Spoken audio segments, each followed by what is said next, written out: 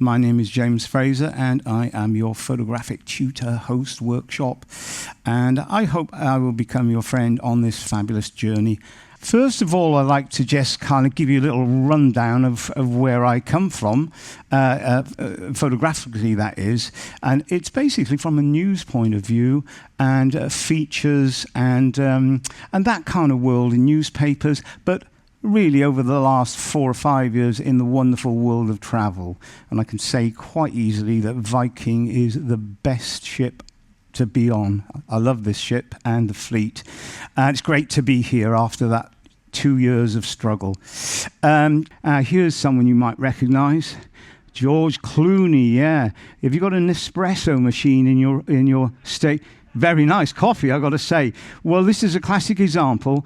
George is in town, and he's going to come out of the hotel into a waiting limo. We set our cameras up because we know we're not in control. You know, yesterday I talked about when you're not in control.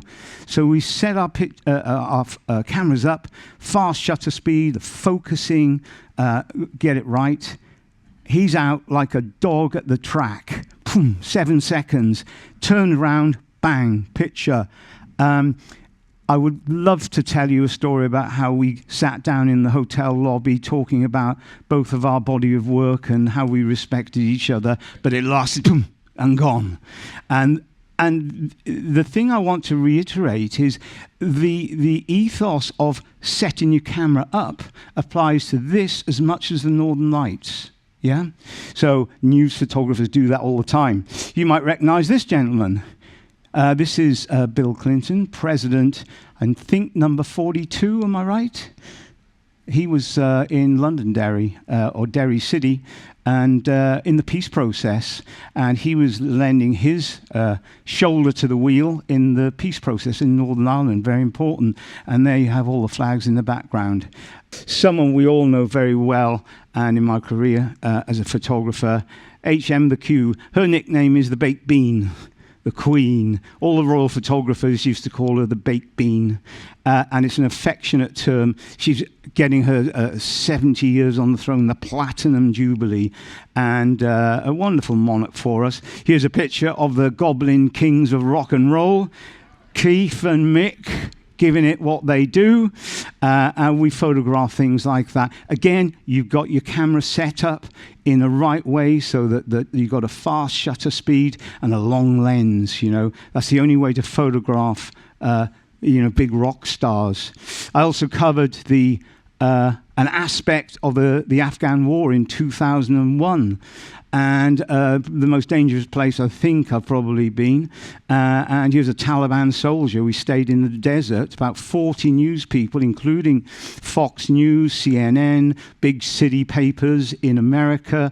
There was like a 3-day press event in the Taliban held for the media. They could see the war was being lost. We had to get a Taliban visa. Guess what they charged for it? $30 US. Amazing, isn't it? The crazy places we go to, and also slightly surreal pictures as well. This is Ron Muick's. He's a wonderful sculptor, and a bit of fun with that picture. The head is a sculpture and the person is real, and you just juxtapose interesting ideas. But travel is a real passion of mine now, and here we are in Singapore. I think it's called Bay Gardens, if you've been there. Wonderful, lights up at light, taken on a smartphone. And, people around the world. Here's Mumbai Station in India. You see this quite a lot. And here's a picture from Komodo Island. The islanders live on the same island as the fearsome Komodo dragons. So that's a little potted history of kind of where I come from. But today we're going to talk about general photography. And I hope some of the things I talk about will stick in your mind and hopefully improve your photography. Not only will you hopefully learn a little bit from me, but I will learn from you as well. And it's been great to have so much feedback from you good people. The level of engagement is great. We talked about the various ways of taking pictures. Smartphone up at the top left there, the small compact, there's a little Sony, and there's a kind of bridge hybrid camera there. And of course, down the bottom right-hand corner, you've got the big DSLRs. These are great. I'll be talking about them in 2 days' time. Photograph the world with your smartphone, and I can see how many folks are enjoying their smartphones. These cameras are great. They're compact, they're light. You can bung them in your pocket and then take pictures that are really high quality. Got a lot of time for them, but they are slightly limited in their capabilities. You get more complex cameras. You get what you pay for a bit, and here is, great name in photography, the Leica little compact camera. But they can take lovely pictures, a long exposure here of a city scene, and there's Britain's Big Ben and the Thames, and a bit of New York. They're great for street photography as well.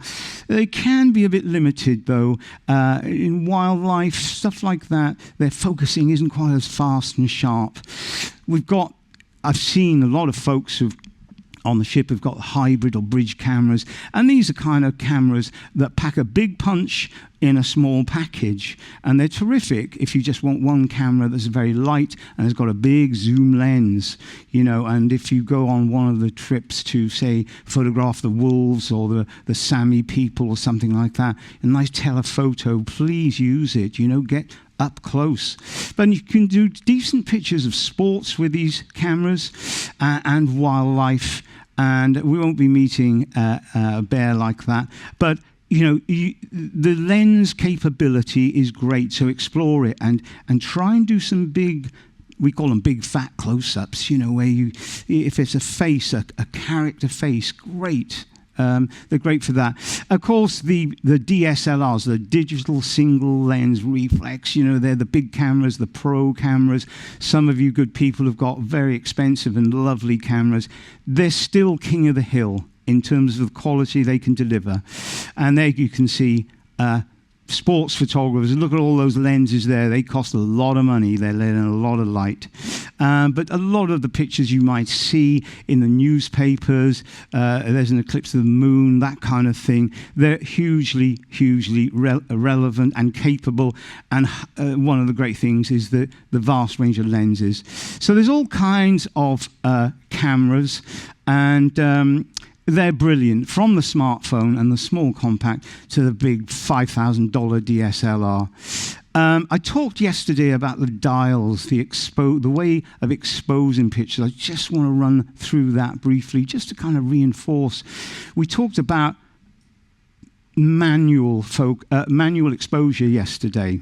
There's all these dials. Your washing machine at home, about 12 different programs. How many do you use regularly? Yeah? 2? The lady says 2, and I agree. The camera manufacturers are in a death struggle with each other to add all kinds of features, and some of them are amazing. There's one, I think, a Sony camera that can spot the face of a bird and recognize it and actually help you focus on a moving bird. Amazing stuff going on. But generally speaking, you only use a couple of things, just like your washing machine at home. And here's the kind of dials that you have. And if you use auto up till now, it doesn't make you a bad person. Honestly, it's you saying, help me out, and the camera can do it really well. They're bewildering, and how many of you don't have to put your arm up, but when you open up your box with your camera, an instruction manual, and you took one look at it and thought, this has been written by computers for other computers to read, and you threw it in the bin. Are you with me? Yes, exactly. Doesn't make you a bad person, and it's not an exclusive club. So what I'm going to suggest to you is in general photography, not for the Northern Lights, I really do like one method of exposure, and I'll tell you why. But if you will, I think of the 5 big things in photography. The first one is the best quality image. Make sure your camera, whatever it is, is capturing the biggest file size you've got.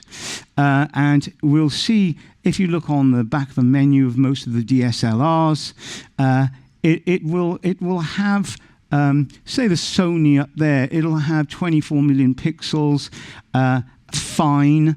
It's the best quality going. Very important to do that. The Canon one there, I've just got that's the symbol for the biggest JPEG, biggest quality you can get. And the Nikon there, it's got raw and fine. It's basically saying best quality. Just as a kind of help, here's Luke, the son of a friend of mine. And if just for comparison, look at these two, the highest quality JPEG, really good quality, but low quality JPEG. If you start to blow it up, you can see the image degenerating. So always capture the best quality picture you can. Second thing, the exposure mode, which I've talked about. We talked about manual, but also shutter priority, and I want to talk about this today. Shutter speed, aperture, and ISO, that is the sensitivity of the camera to light. Those three work in conjunction with each other. And it's all about halves and doubles. Shutter speeds, if you don't know already, they're kind of calibrated. The main shutter speeds are like a 60th, a 1/2/5, a 2/50th, a 500th of a second. They're all double or half of each other, depending on which way you go. So a 60th of a second is letting in twice as much light as a 1/2/5. A 1/2/5 is letting in twice as much light as a 2/50th, and so on. Same with apertures. These funny little numbers, you get f4, f5.6, f8, f11. They're letting in half or double of each other. And with apertures, the smaller the number, the bigger the aperture of the lens. So they're halves and doubles as well. Same with the ISOs. 100 is less sensitive, but better quality than 200. 200 is more sensitive. 400 is twice as sensitive. 200. So they're all increments of a half or double. And they help to give you the correct exposure. Shutter priority auto for me is it takes so much of the headache out of using a camera. I use it as a professional photographer pretty much all the time. And 97%, something like that, works all the time. Now, just to remind you, refresh, on most camera dials, on the top plate of your camera, it will be an S. That is shutter priority. You choose the shutter speed, and the camera does the rest. It'll choose the aperture and the ISO, the sensitivity, that triangle of three elements that exposes the picture for you properly. Canon, they're a bit kind of like the French motor car industry. They like to be different. They call it TV, time variant. It's exactly the same thing. Shutter priority. I know there's lots of folks with Canon cameras. The great thing about this is you set up your camera, you choose the shutter speed, and the camera does the rest. That's so important. A standard shutter speed for general photography is about a 2/50th of a second. It'll come up as 250. It won't have 1/250th. It's 250. Okay? So that's where you find it, and you change it with that. There's a little wheel on all the cameras where you can scroll up and down, just play with the camera and get comfortable if you're not already.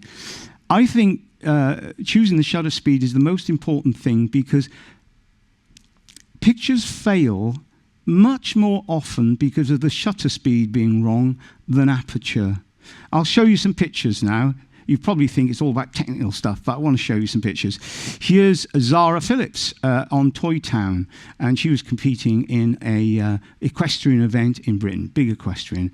Now, this is taken 1,000th of a second. Anything that's moving fast, 1,000th of a second, and you can see how it's frozen the musculature of the horse, yeah? And I talked about burst rate yesterday. Take as many pictures when you're photographing moving things. the burst rate, if you can get 10 frames a second or 5 frames a second, you've got a much better chance of capturing the moment where the horse is jumping over the hurdle there. Here's an example of just a simple illustrative example, if you will, of the difference aesthetically a technical change can do. So here's water coming down a waterfall at 1,000th of a second. But if you change your shutter speed to 1/2 a second, the water changes completely, doesn't it? It almost becomes like a silk chiffon thing. And that is 1/2 a second. You've got to be on a tripod with that. But that's used in landscape a lot with water, so that a slow shutter speed, if you can use it, changes the nature of the look of water. Here we are at the races in Warwick in central England. These are the horses racing for the line 1,000th of a second. You can see the musculature of the creatures as they whiz along, racing for the line. There's something called panning that photographers use quite a bit. It's the same scene now, but what we're doing is lowering the shutter speed to 1/125th. And what we're doing is following the horses so they remain stable as they run across you, but the background is moving.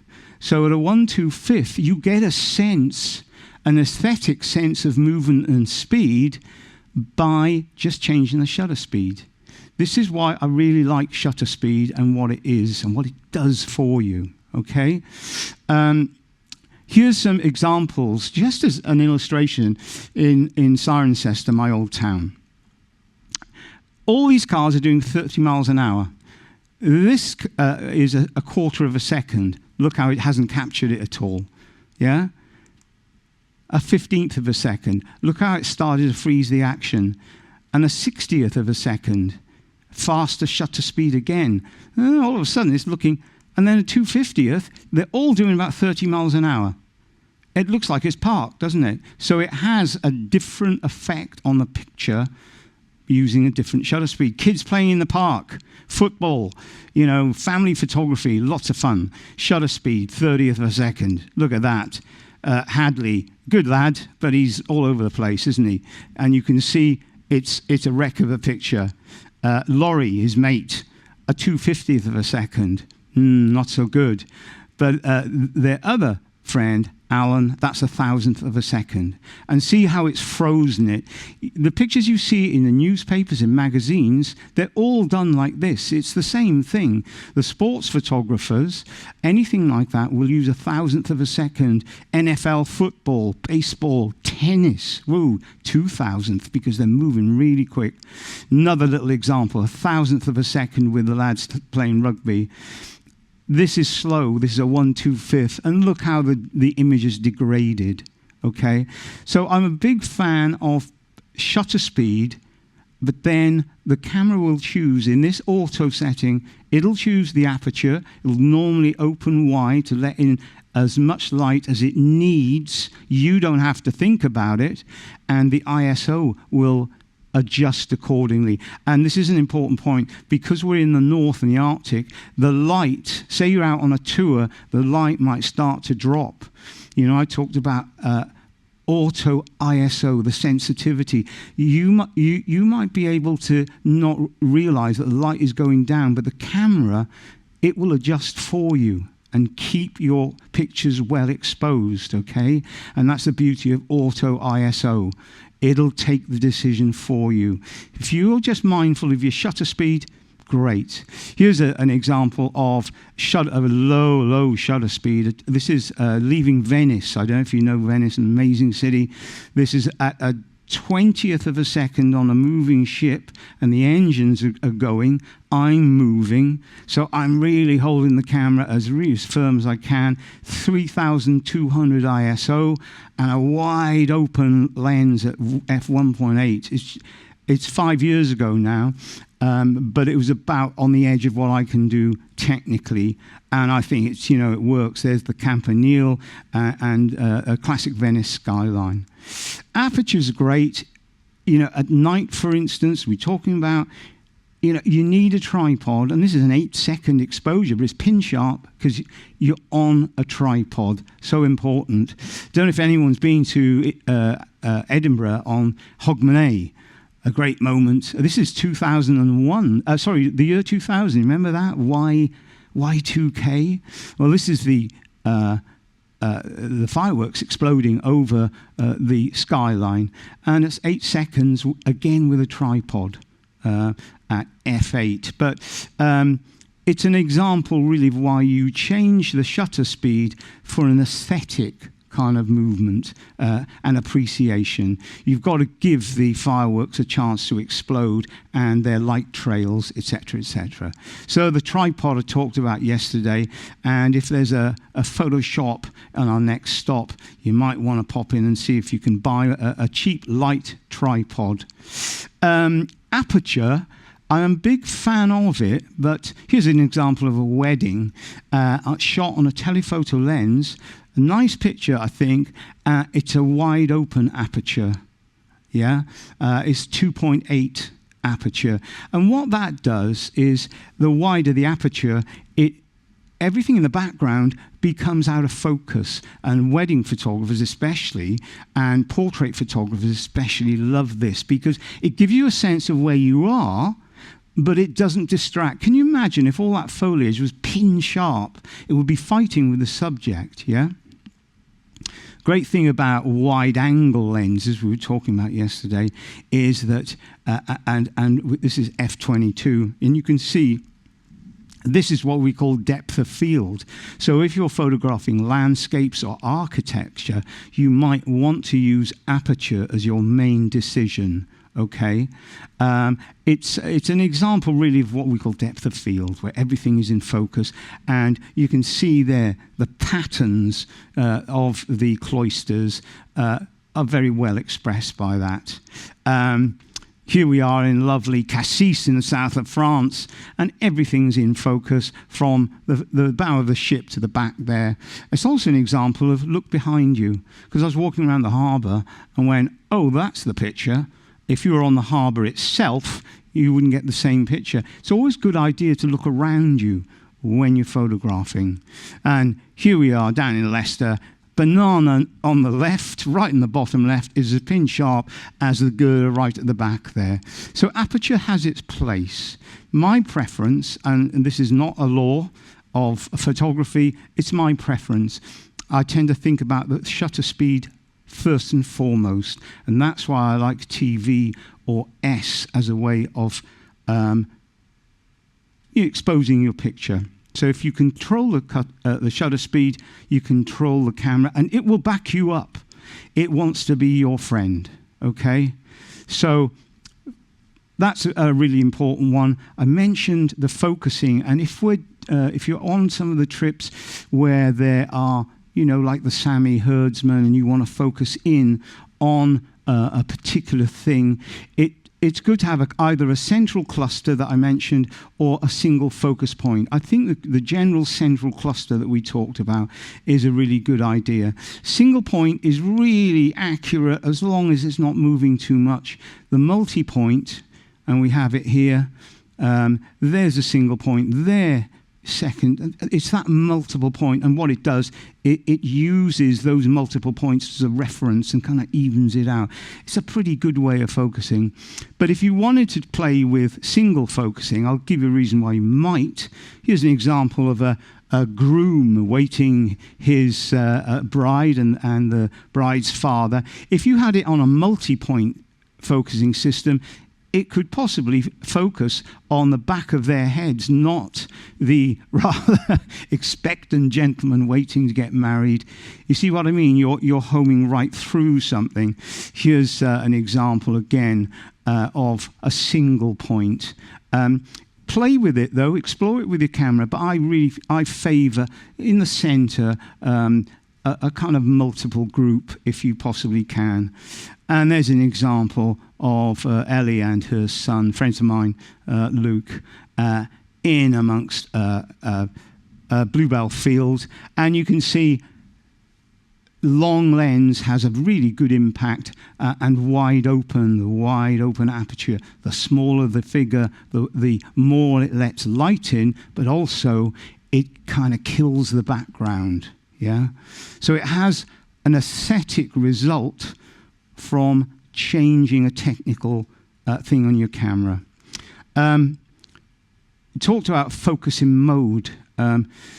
It sounded quite complicated, and this is the way the camera focuses, and there was AFA, AFS, AFC. I mentioned all those kind of things because that's what the camera, how the camera is focusing on what you want, okay?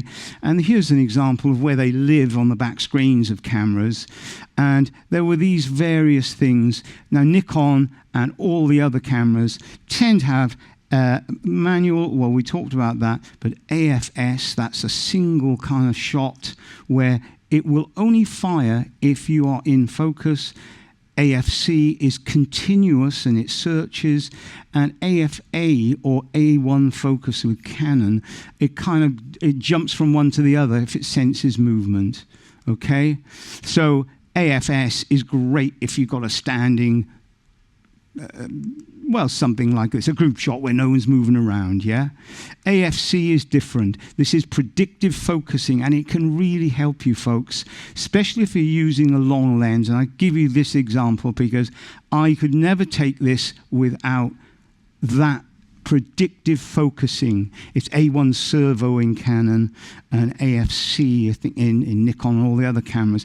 But it's an example of that kind of thing. It's pixelated a bit, but I thought I'd use it basically as an example. Anything that's moving towards you, that A1 servo is great. And the hybrid down the bottom there is AFA, Nikon and the other cameras, or A1 focus. And it kind of changes if it senses things are changing for you. And we talked about basically how the camera is doing everything in its power to help you win. The brilliant people who make these cameras are, the strides they've made in terms of autofocus, and certainly with your smartphones don't have this, but the focusing systems on them with face recognition as well has come on leaps and bounds. So that all the cameras are being designed to help you win. Yeah, to help you take better pictures. So they're the kind of 5 things I like to think are really important. And at the bottom is ISO. And I'll just kind of reiterate a little bit about ISO with a kind of example of pictures. The lowest ISO you can have on most cameras is about 100 ISO. And the great thing about this is the quality it delivers is the best, okay? I'll show you some pictures to kind of illustrate it in a simple way as I can. So here's some watches in a street scene, okay? And here's an ISO of 100. And you can see how clean and pure and the brilliant quality you get. If you up your ISO, you can start, I hope you can see it starts to pixelate a bit. Now, they've made, again, great improvements. There are cameras around that 1600 is almost as good. The quality keeps getting better and better. It depends how old your camera is, okay? And here is like 12,800, pushing it right to the limit here. Although, again, the most modern DSLRs are really very, very good. But you can see it pixelating, can't you? And if you push it even further, there you go. You get what we call noise, which is pretty tough. So the advantage of a lower ISO is that the quality of the picture is better, okay? A few other things. I don't know if anyone knows about, or if you need to know about, the diopter. Diopter is a little wheel by the eyepiece of your camera, and it can make a difference to your photography. How it works, it kind of adjusts the viewfinder to the strength of your eye and how your eye is. And the way to get maximum kind of help from this is to focus on something, make sure you're focused on it, take your finger off, and then put your eye to the eyepiece, and just with the eye that you focus on, even if you use glasses, just rotate the wheel, and you will see that the picture changes. And when you feel in the sense of, not so much it's focus, but it's hard to describe. I'm not an ophthalmic optician, but it's almost as if it's adjusting itself to your eye. Try it out and see. Just rotate the wheel for yourself. That's called the diopter. And your camera might not have it, and they certainly don't have it in the smartphones. They won't have it in the little compacts, but they will in the more expensive mirrorless cameras and the DSLRs. It's a handy little thing, that, and it's called the diopter wheel. It's a bit like, you know, when you adjust binoculars to your eye. You look through one and then fiddle with it in that way. Check out the diopter if you've got it. Battery levels. There's someone last night whose battery failed when we were trying to get the Northern Lights, and it's easily done. When we go out on the tours, make sure you charge your batteries up. It is so easy to forget. And I've been taking pictures for about 55 years, and now and again I forget as well. Guilty as charged. So if you can, and if you're out seeing an amazing thing, you don't want your batteries to go, pop on you. I had one guest who made me kind of laugh a little bit in a kind of, not a nasty way, but he came up to me and said, "Jim, my camera it's just not doing the job for me." And I said, "Well, what size card have you got? Memory card?" He said, "I don't know. I've still got the card they gave me in the shop when I bought the camera." And it was 128 megabytes. It was enough for about 12 pictures. So he'd run out of space. And he thought that his camera was malfunctioning. He went out and bought a 32 gig card and had about 2,500 pictures to play with. So it seems stupid, and I know many of you will say, "Oh, don't tell your granny how to suck eggs," but it's an important thing. Yeah. Imagine my joy and relief at being able to make such a difference to his photography by just saying, "Get a different card," because they may give you a card just to get you started. So, and if you're making movies, of course, that's going to eat up a heck of a lot more space on your SD card than just a single image, because of course they're shooting 25, 30 frames per second. So if you're shooting movies, it's going to chew up a massive amount of memory for you. Okay. The white balance icon. I'm a fan of auto white balance, and this is helping. It's going to help you without thinking about it to basically try its best to ameliorate the worst effects of color casts. The temperature. Light has got a temperature, and roughly speaking, it's about 3,000 Kelvin. To 7,500 Kelvin, something like that. And the scale goes from, blue light over to yellow light. And about 5,600 Kelvin is daylight temperature. I don't get too involved with it. And say with the Northern Lights, I mean, if you want to, you can set the white balance manually. It's about 3,500 Kelvin, something like that, between that and 5,000. But the lights are crazy anyway, the light balance. There's a lot of green there, and I just leave it on AWB. Again, it's another thing you don't have to think about. And in post-production, you can change the color balance anyway. So it's one of those things when don't sweat the small stuff. That is my personal view. It is not a law. And that's where that little icon lives there. Auto white balance. So if you ever wondered what is AWB, then that's what it is. I would put it on AWB. That is my... Now, gloves, hang on to your camera. I was thinking about this today because I was up on deck at about 7:30, all dressed up, in my Nanook of the North outfit with about 16 layers, and I had my kind of my lens with me, my 70-200, quite a heavy lens. And here I am on the optimistically named sun deck. And it was freezing up there. And I look really sinister. I look like I'm about to rob a bank. And my eyes haven't woken up. And I just thought, let's have a little look at gloves, because we're going to cold places, yeah? I got an inner glove and an outer glove. I don't know what kind of gloves you've got, but these are kind of ski gloves. They'll keep your hands warm, yeah? But in terms of operating your camera, of course, real difficult, because there's no sense coming through. Especially for those of you who've got cameras which are, the menu is finger touch, yeah?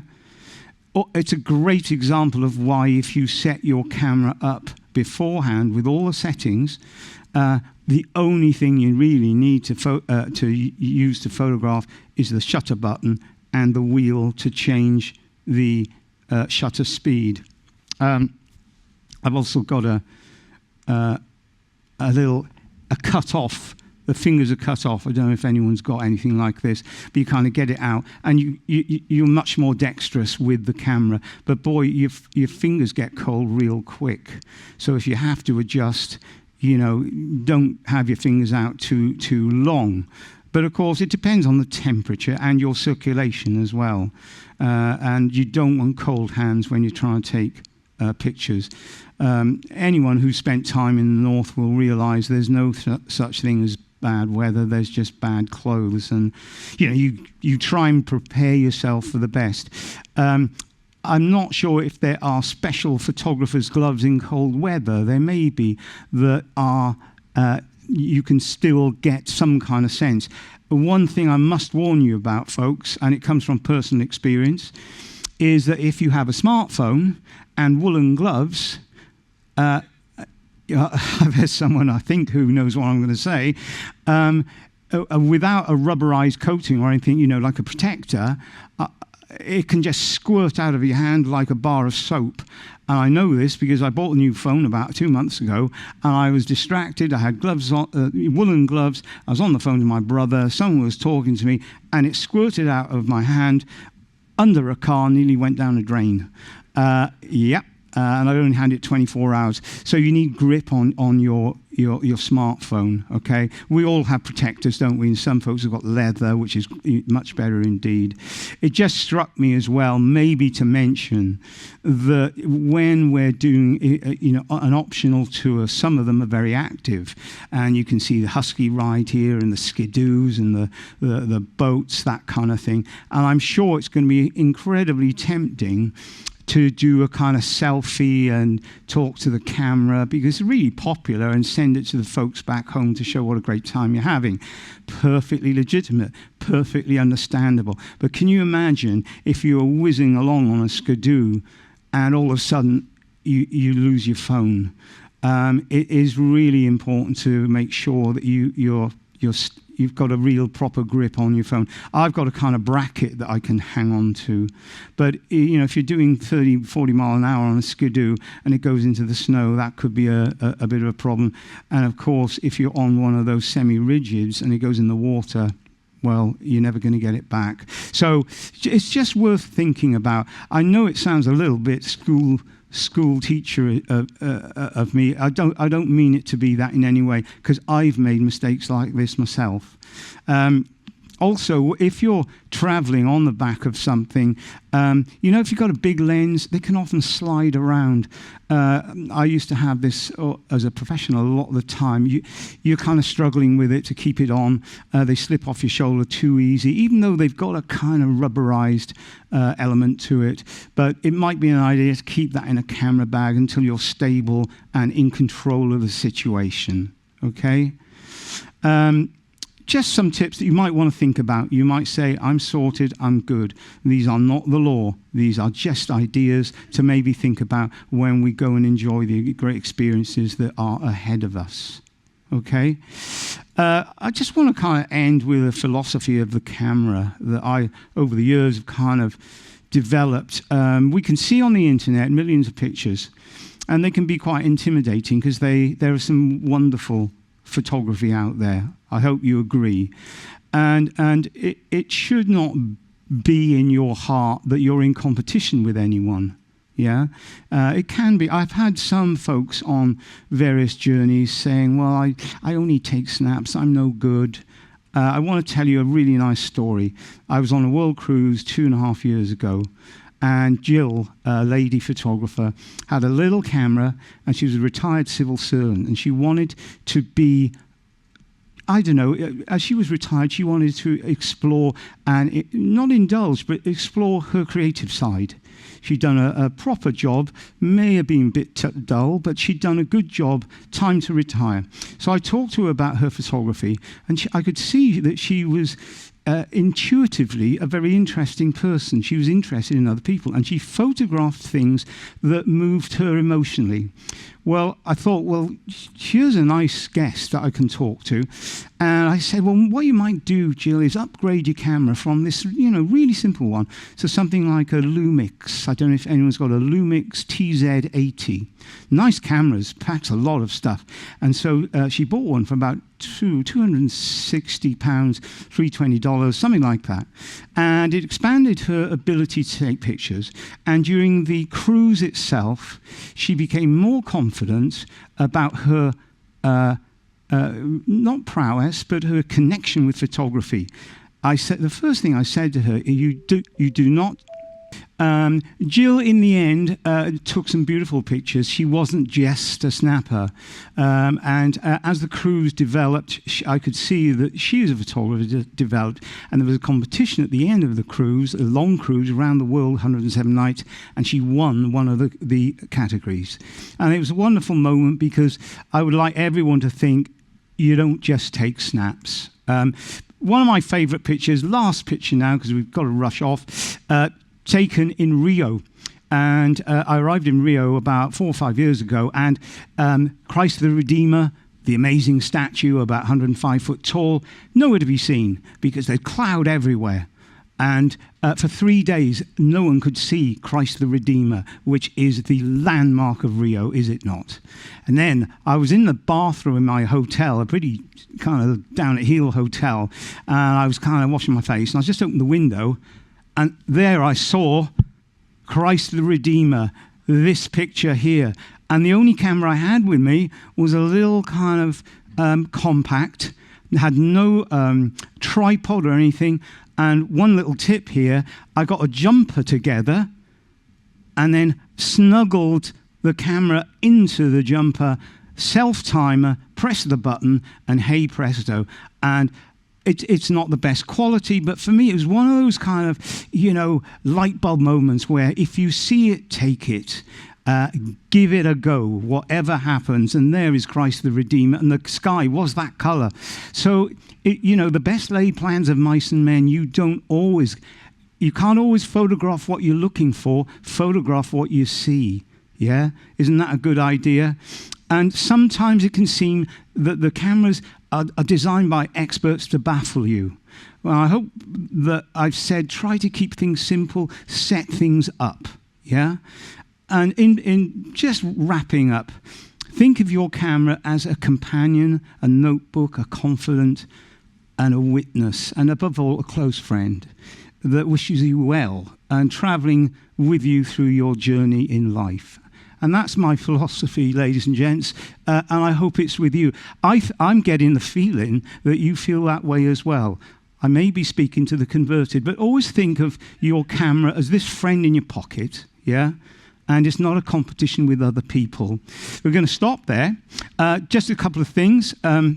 Next time round, in 2 days' time, I'm going to be doing Photograph the World with your smartphone. Loads of folks with smartphones. We're going to try and explore everything we've got.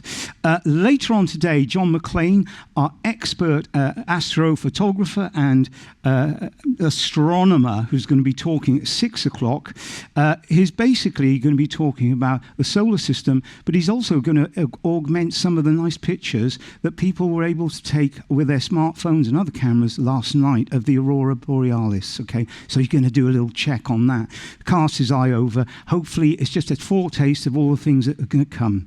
So in the meantime, I'm going to say thank you so much for coming, ladies and gentlemen. Enjoy the rest of your day. Let's keep our eyes open and enjoy your time in the swimming pool.